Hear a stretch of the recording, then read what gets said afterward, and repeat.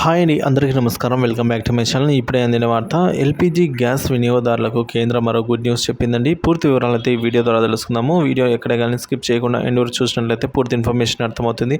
అలాగే వీడియోకి ఒక లైక్ చేయండి ఫ్రెండ్స్. ఇక వీడియోలోకి అయితే వెళ్ళిపోదాము.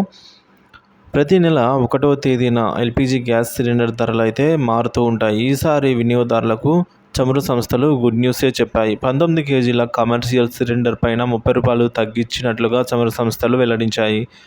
గృహ అవసరాలకు వినియోగించే గ్యాస్ సిలిండర్ ధరలో మాత్రం ఇలాంటి మార్పు లేదు. తగ్గిన ధరతో ప్రస్తుతం దేశ రాజధాని ఢిల్లీలో కమర్షియల్ గ్యాస్ సిలిండర్ ధర రూ. 1,646గా ఉంది.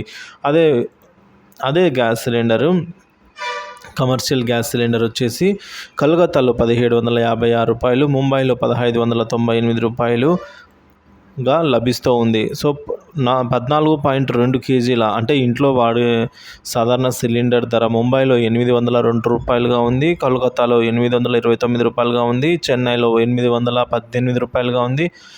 14.2 కేజీల సిలిండర్ అయితే ఈ విధంగా ఉంది. మార్చి 9వ తేదీ నుంచి డొమెస్టిక్ సిలిండర్ ధరలో ఎలాంటి మార్పులు అయితే జరగలేదు. ఈ నెల కూడా ఏం జరగలేదండి. సో ఈ విధంగా అయితే సిలిండర్ ధరలు ఉండబోతున్నాయి ఫ్రెండ్స్.